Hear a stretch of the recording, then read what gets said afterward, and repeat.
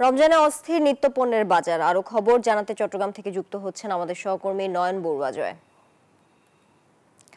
জয়, চট্টগ্রামে নিত্যপণ্যের দাম দর এখন কেমন দেখছেন? বাজার তদারকিতে কতটা তৎপর টাস্ক ফোর্স? ধন্যবাদ আপনাকে। দেখতে পাচ্ছেন যে চট্টগ্রামের যে বাজার আমরা একটু দেখানোর চেষ্টা করছি, যেহেতু রোজা চলছে তার কারণে যে ক্রেতাদের উপস্থিতি কিন্তু আমরা কিন্তু খুব একটা কম দেখছি, যেহেতু সকালের বেলা বাজার। তবে একটু বেলা বাড়লে কিন্তু ক্রেতাদের ভিড় বাড়ে বাজারে। তবে মাছের বাজার একটু দেখানোর চেষ্টা করছি, মাছের কোনো কমতি আমরা দেখছি না। সাজিয়ে রাখা হয়েছে, যারা ক্রেতা বাজার করতে এসছেন তারা যেন তাদের নজর পড়ে মাছের দিকে, তারা যেন কিনতে পারে সেদিকে নজর রেখে যারা ক্রেতা তারা সাজিয়ে রেখেছে। বড় বড় সাইজের মাছগুলি প্রথম সারিতে রাখা হয়েছে। দেখতে পাচ্ছেন রূপচাঁদা থেকে শুরু করে কাঁঠাল থেকে শুরু করে বিভিন্ন রকমের গ্রাস কাপ থেকে শুরু করে বিভিন্ন রকমের মাছ আমরা দেখছি এখানে সাজিয়ে রাখা হয়েছে।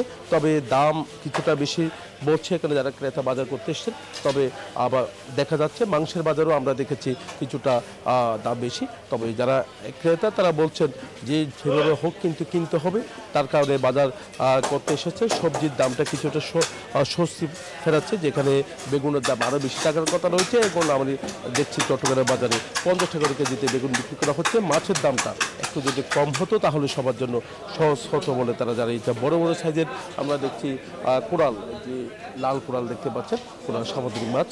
তো কোরাল মাছের দামও তারা চাচ্ছে 500, 700, 600 টাকা পর্যন্ত তারা চাচ্ছেন। আবার সাদা কোরালও দেখতে পাচ্ছি, সেই কোরালের দামও কিন্তু আমরা দেখছি 600, 700 টাকা কেজিতে তারা চাচ্ছেন। রুই মাছের দাম একটু বেড়ে গেছে, যেহেতু রুই মাছের চাহিদা অনেক বেশি। তো সেই কারণে কিন্তু আমরা দেখছি 250 থেকে শুরু করে 500 টাকা পর্যন্ত কেজিতে রুই বিক্রি করা হচ্ছে। এই ছিল আমার এখানকার সর্বশেষ। ফিরে যাচ্ছে আমার সহকর্মী, অপেক্ষা করছে সাভারের নাজমুলের কাছে।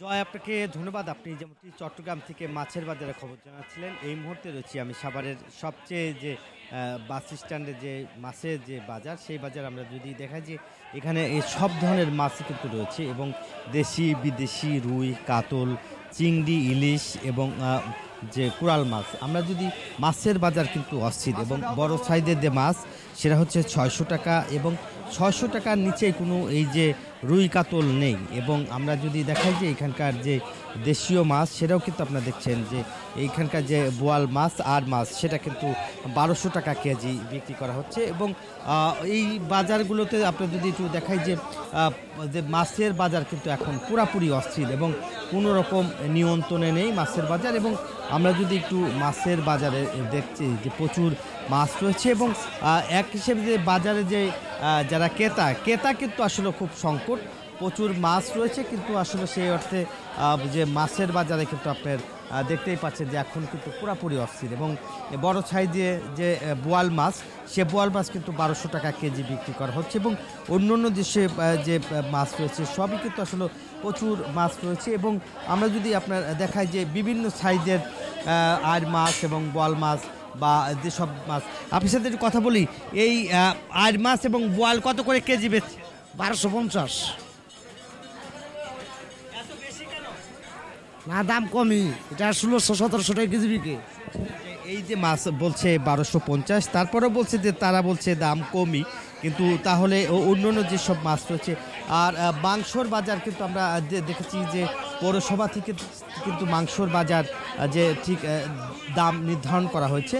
এখানে রূপচাঁদা মাছ রয়েছে 1200 টাকা কেজি, এবং বিদেশি মাছও কিন্তু এখানে রয়েছে, প্রচুর বিদেশি মাছ রয়েছে। এবং আমরা যদি একটু দেখাই যে এখানকার যে মাছের বাজার কিন্তু বেশ অস্থির। এবং গরুর মাংসের বাজারে এসেছি, গরুর মাংস কত করে বিক্রি করা হচ্ছে, এবং সেই দাম আসলে যে তালিকা কতটুকু টানানো হয়েছে।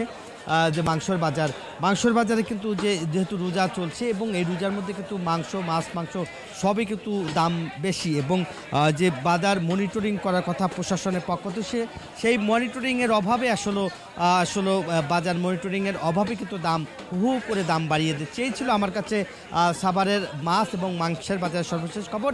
ফিরে যাচ্ছি স্টুডিওতে।